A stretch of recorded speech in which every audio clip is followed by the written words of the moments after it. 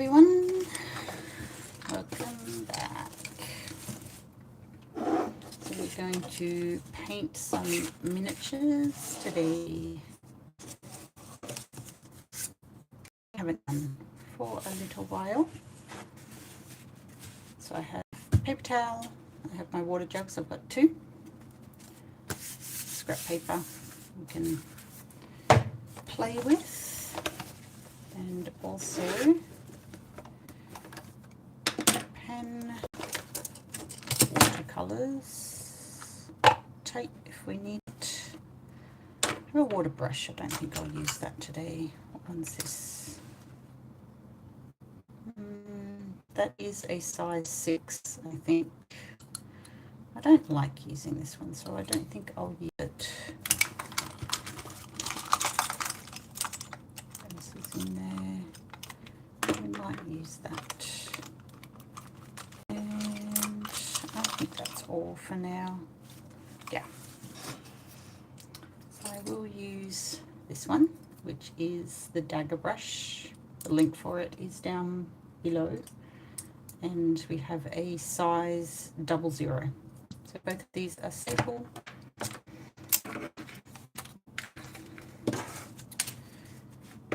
And I think I will start with an abstract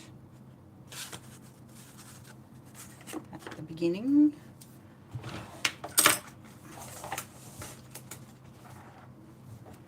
Just because they're the best ones to use to warm up.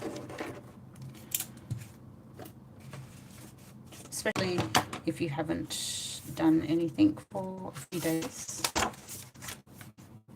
It is something that is recommended. So something like this, these are easy too. So we'll just see where it takes us today. So everything is there and ready. So I am using Winsor Newton watercolors. The link for them is down below. This is, so I don't think these are the same size. No, I think, so this one, let's see if it's going to focus on that. So this one is, I think, smaller. I think this might be a 000, and this one's a 00. I used to know, but then I changed the handle. So I got into wood carving one day and thought, I'm going to carve it, and I didn't write the size. It is a sable brush though. I know that it's a sable, and it's from Rosemary & Co. So the same company that makes my dagger brush, that's that brush, but I don't know what it is. So I will use that. It holds a lot of water, a lot more than you think. These are the colors. It's just in your regular travel pan.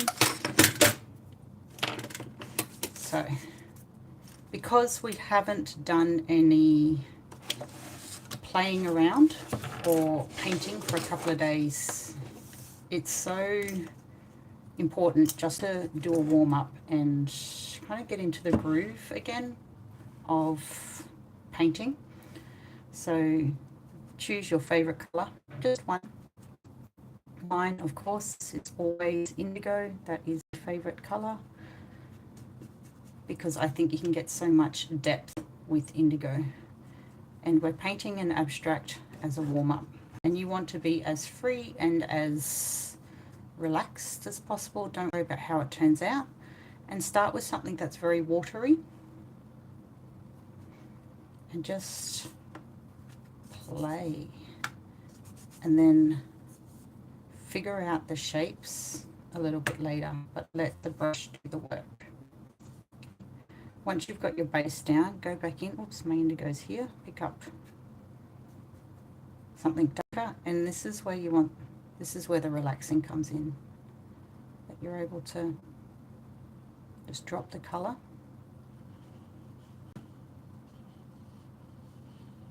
and let the brush do the work. It's quite dry here today, so this paper is probably drying a lot quicker than it normally would. And so some parts are going to have obviously hard lines because watercolor only works where there is water on the page. And see how it's just making its own way down there? That's really lovely. Let it do its thing. Your job is just to play with mark making.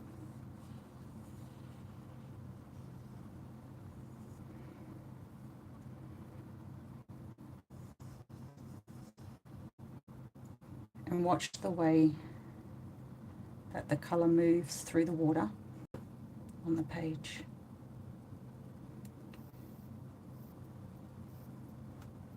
The more you do this, the more you figure out ways that you can manipulate the colour to give you results that you like.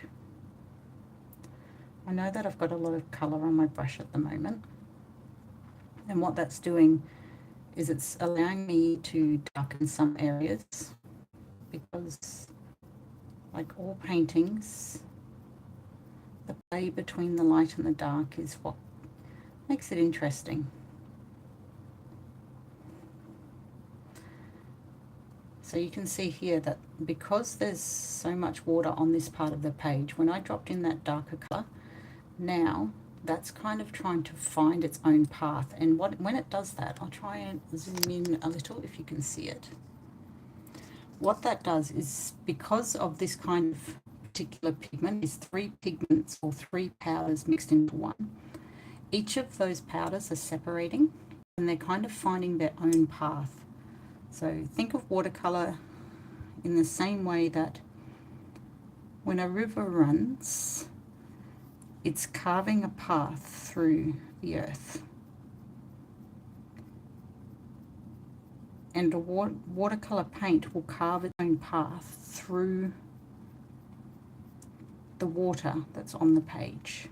And it depends how dry or how much water is on the page. That determines what it does when it comes to carving its path. And that's what you can manipulate. You can manipulate whether the path it carves is something like harsh and straight, like you can see here, because it's dry. These lines that I'm putting in, they're quite geometric. I'll zoom out a little bit more. The paths are quite geometric, whereas these ones in here, because there was still a lot of water on the page, they've feathered out really nicely.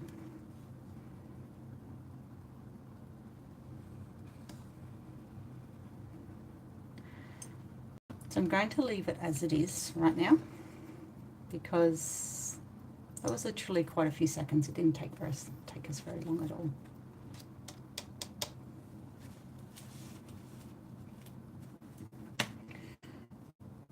And that's a really good warm-up to do or make, especially if you haven't painted for a few days.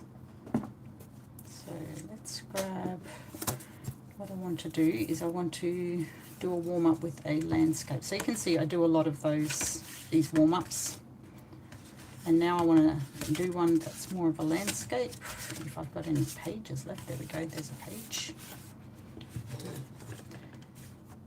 And what this lets me do, it lets me play with blends. It gives me ideas for what to do later. This tape as well, this tape is linked below. This is like the magic watercolor tape. I use it for all of my paintings. It works very, very well.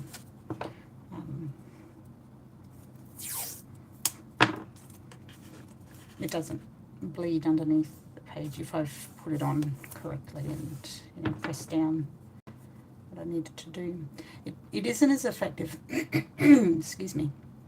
It isn't as effective. This has been floating around in my pencil case, and so it's picked up all the dirt and like the lead and everything else that is in my pencil case. So sometimes, because it's got that dirt on the sides, you can see it's kind of a little bit darker on the sides. It doesn't have as good a seal as if it's clean.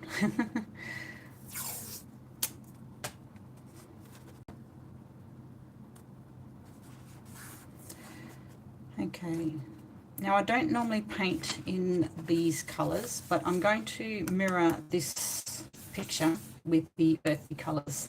This was just a K that I drew. I'm not very good at drawing like buildings or things like that, but I've been trying to practice, and that's the reason why that one is there. So using the earthy colours, so I'm going to put in some New Gamboge, which is a pigment that is two pigments. It's PY50 and it's PR209, and I'm just going to make that as background. I'm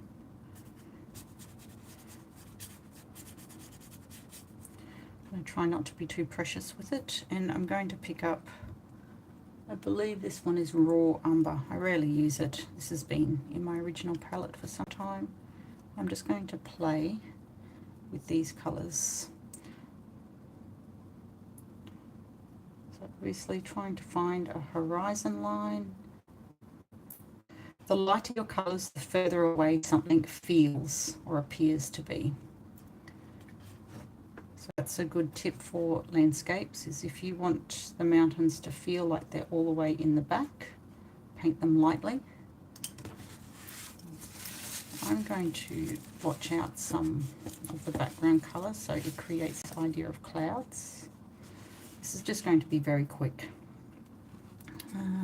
I don't know what this pigment is. It's so dried up and cakey, this particular one. I think it might be a black, which I never use, so that's probably why it's sitting there all dried up and yuck. But in the spirit of using colours we don't normally use, let's do it.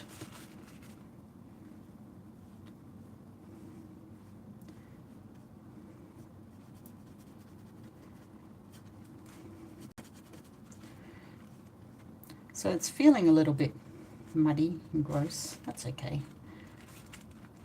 I just feel like these colours, that's how they feel to me. They don't feel particularly lovely colours. So this one, I don't even know what this one is. This one is quite dry. I think I have had this from my original palette as well. So I've never bought a tube to reconstitute it or fill it back up because I rarely use it. And so that's why it's really dried out as well, this one. So this one must be, I think this might be the Raw Umber, or it could be the Burnt Sienna, I'm not sure. So we're just going to kind of messily, the paper is still wet, and so the pigment is running however it wants to, which is fine. That's how I want it, that's okay.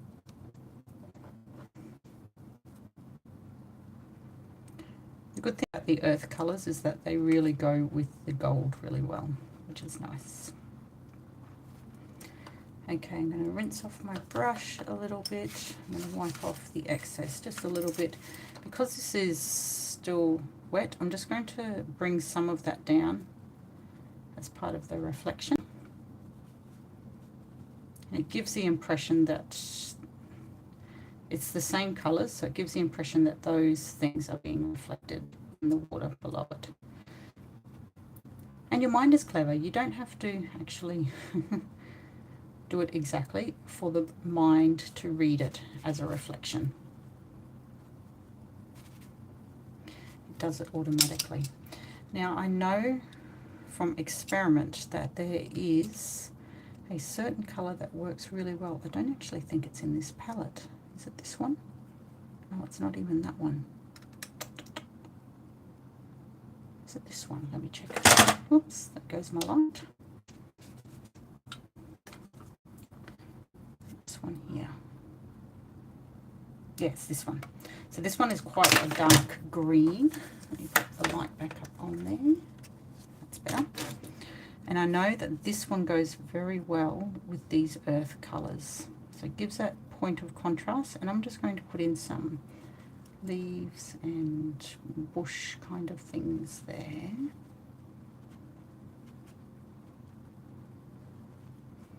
Being very messy, and that's okay because I haven't painted for a while, so I'm going to rinse off the brush and I'm going to make some of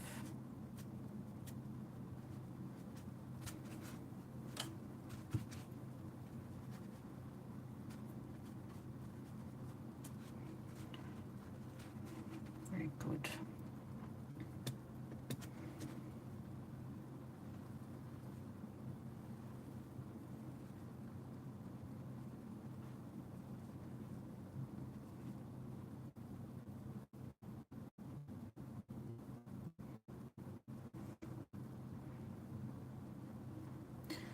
Now, I do like, recently there has been a lot in my work of branches and things like that falling from like the foreground from the top. So I'm just going to do that, just very simple, a couple of lines. Okay. Now, as you can see, there is a very sharp line there, which is fine, but this one has feathered out, and it's because, again, that water, that page still has a lot of water in it, and so when I put the pigment down, it's finding somewhere to go, and that's what happens. We just need to assess what our paper is doing. So now I've picked up a different brush. It's a size 0. It's same company, Rosemary & Co. It says Series 88, but this one has quite a longer like bristle head on it. So we're going to get some nice shapes out of this one. So I'm just going to put some water in that. I'm going to get a dark mixture of that colour. And I'm just going to play with shapes to create some leaves.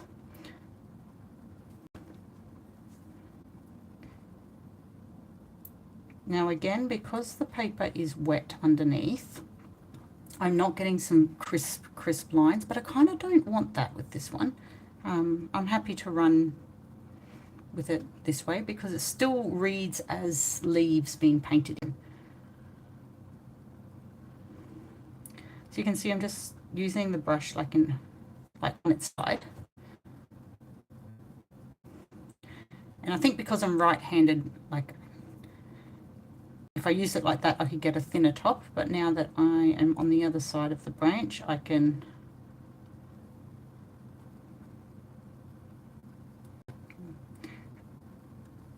and the good thing too with natural things, especially things like branches and flowers and things like that, I mean, they're gorgeous, but they're not always perfect. Sometimes they are, but you don't need to paint them perfectly yourself in order for the mind to render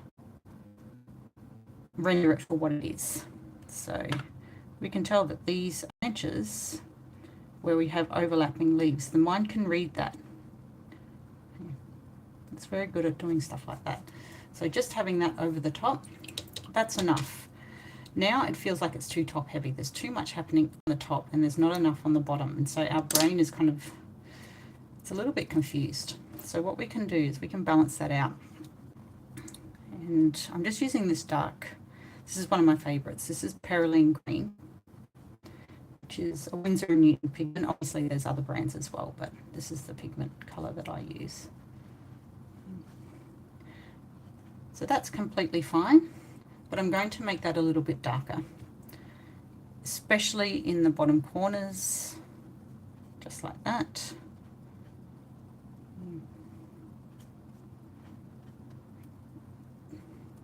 Now, to balance out that top branch, I'm just going to put a few details in the bottom. Picked up some, it's a really dry brush, I didn't dip it back in the water.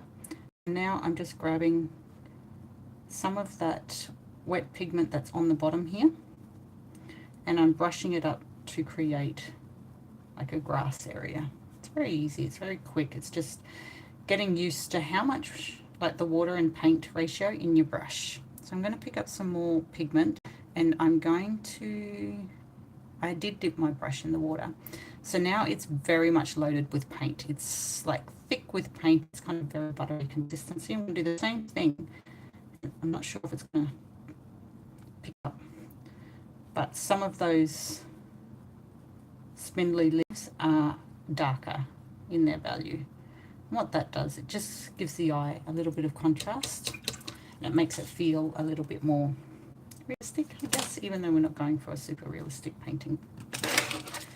Now we come to the gold.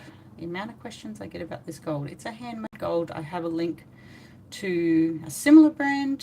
It's in the link below. This is different to your normal watercolor. You have to use quite a lot of water to get it activated. And then even when it's activated, because it is made up of metal, it is literally mica pigment, it works very differently to your regular watercolor. So you just have to kind of trial and error and see what works. So I've painted a thin line of that there, rinsed off my brush, and I'm going to go back in with my brush and I'm going to tease it out because I want a soft line. I don't want a hard edge of that gold. Hard to see while it's laying flat at the moment, but once I lift it up you will see just how amazing that gold paint is. So I'm just going to pull that off now. This is the most satisfying bit. Look at that in one thing. That's awesome. And if we might be able to see that, actually that has blended a lot, so you can't really see that gold reflection that much, but that's good. I am happy with that. That is a good little quick exercise. Go me. Right. I should reuse this, I normally do, but I didn't right now. Okay. So I'm going to make a couple of these. Let's see how we go.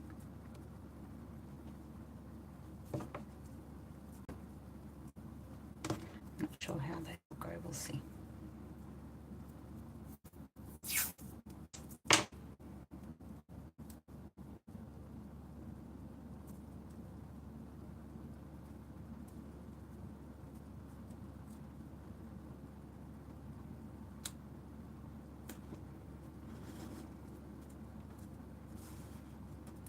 Good, that's one.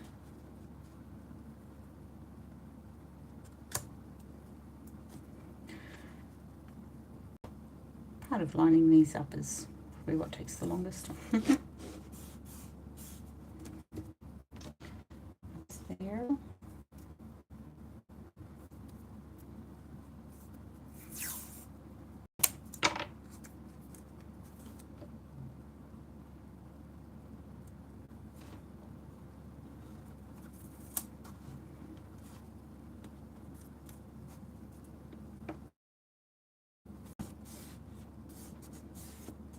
So I kind of want to get them even, and then I'll just tape off the rest.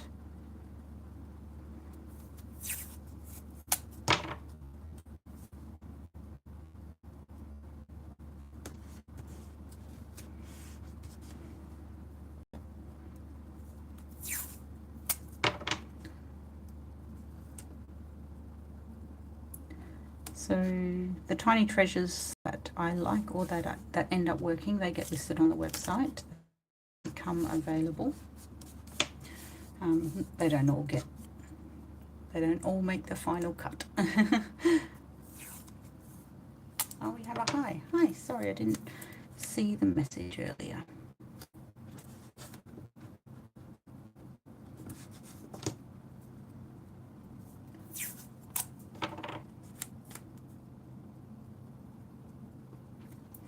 So you might have seen earlier, I've actually been experimenting with different things, not just landscapes. This is super cute. I really like that one. It's painting my coffee pot. So I might do a few more of them actually. Oh, I think I'll do that with these now because that was super fun to do. It's not like my easiest choice because I'm not used to painting them. It's very, what's the word?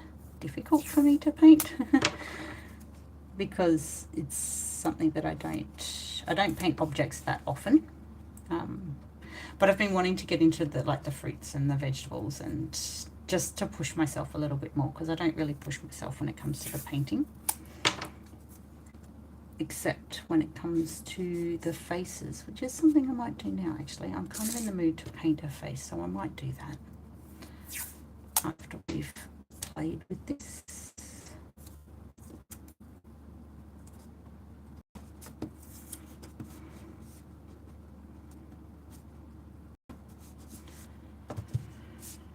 So what I could do is I could draw grab my pencil case full of goodies. There we go.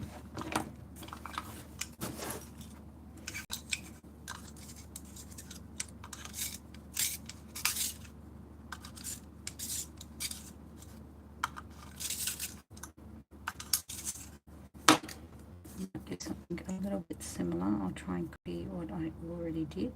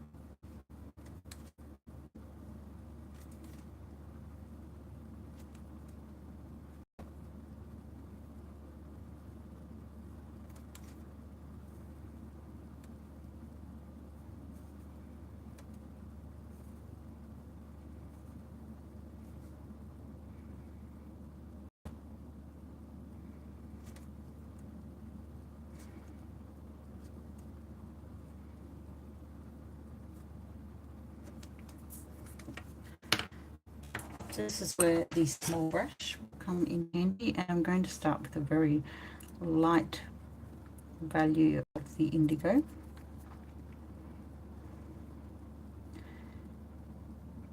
And the trick with this is, again, finding the lights and the darks.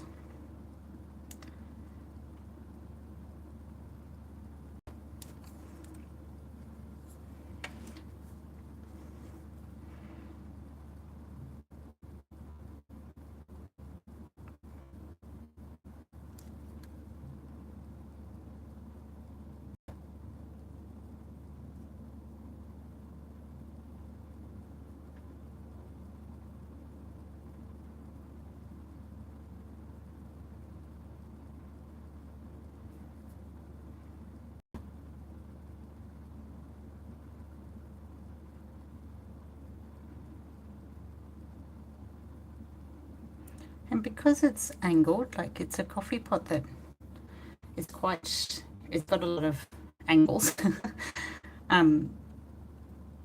So it's easier to paint because you can paint almost straight lines in some instances. And again, that helps trick the eye into thinking that there's light hitting it in different ways. So you'll notice on the example, it's got a lot of white areas. It's quite clever in that those white areas, you know they're white, but because you know that the coffee pot is silver, it makes you think that it's silver. So it's a very cool way of rendering.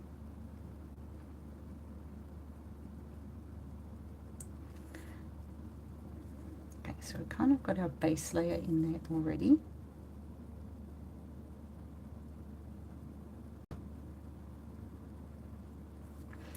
So I'm going to go in with quite a darker mix now.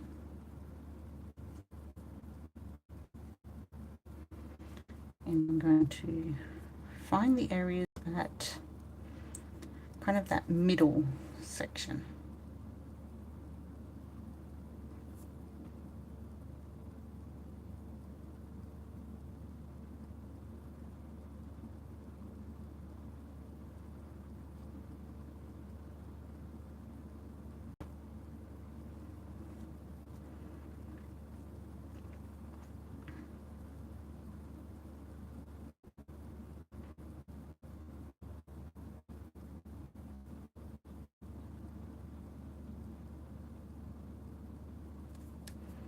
So again, we're imagining under the lid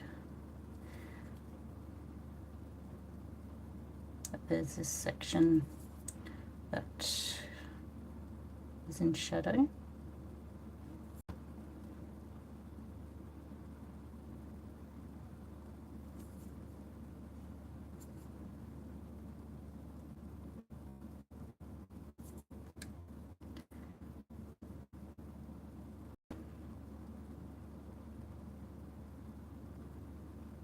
And the good thing when you have like these brushes with such a fine point, and if they are the kind of brushes that really take the water really well, you don't, especially for miniatures, you don't have to keep dipping your brush into the pigment because it stays on your brush. It's such a good tool to have if that is the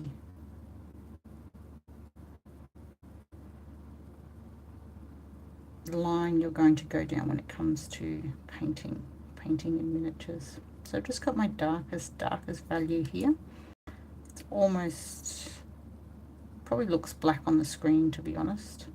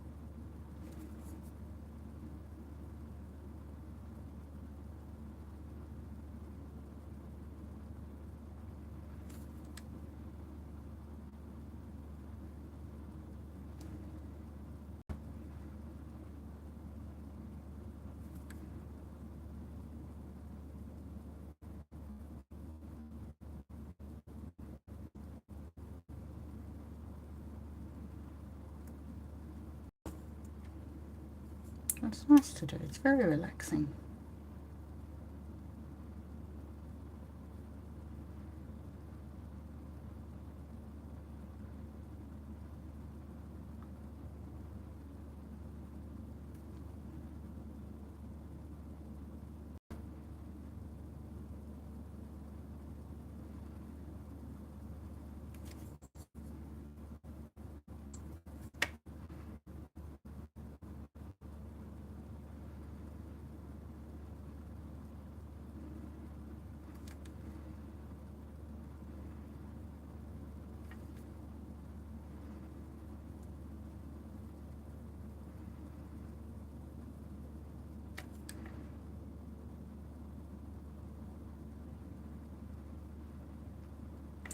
So it's definitely not as good as my first one, but that's okay as well.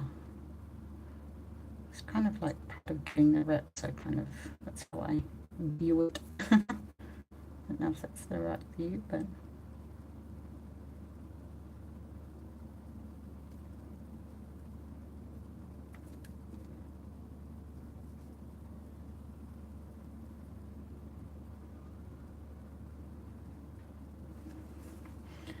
very cute. Okay, so that's what I'll do for that one. And for this next one,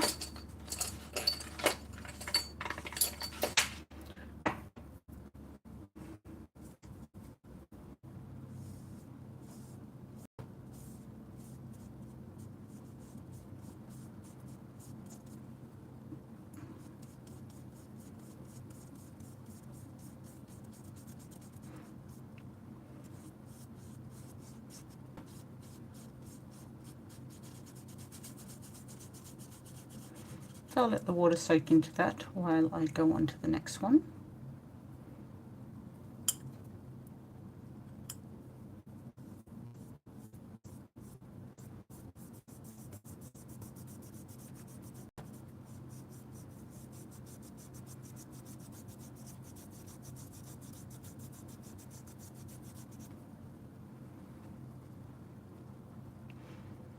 And then I will get more of the pigment. So I've been kind of concentrating on the indigo today.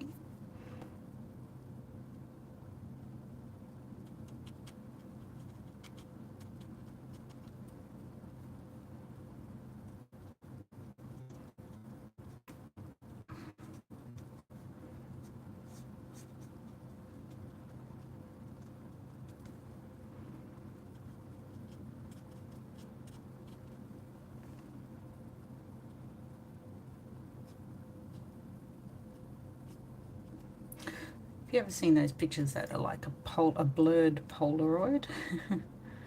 Sometimes I feel like that's what I want to achieve in the landscapes. I want to kind of feel like it's that blurred film. I'm not 100% sure how to do it, so these are good experiments to try and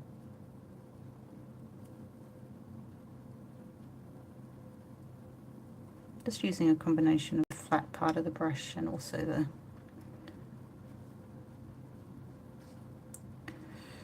the ends of the bristles. I don't normally use this brush particularly, so it's kind of a little bit of an experiment as well about how it's going to look. And I will change over because I don't like it. So I'm going to just pull these over here. And I think I'm pretty much done, nearly done with these. They're going to be very kind of minimal, and you're able to see them once everything has, like the tape and everything has been taken off.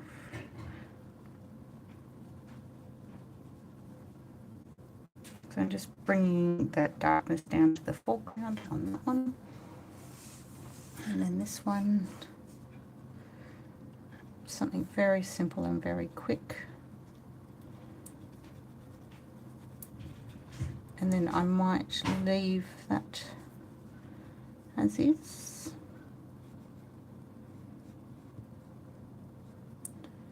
Like I said, something very quick and very simple. And so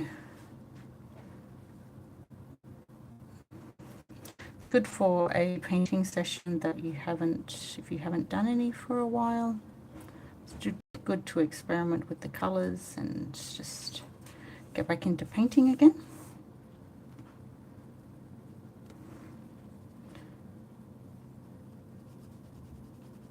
And that's it there. So I'll take the tape off and see what it looks like. And then we can have a good idea of the small things that we did today.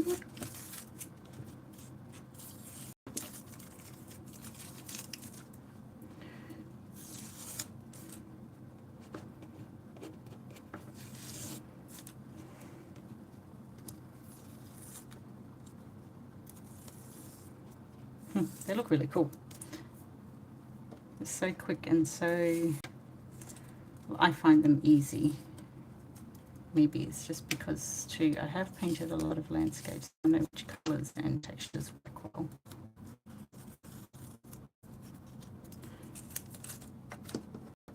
So I didn't put any gold on these. I don't think I will.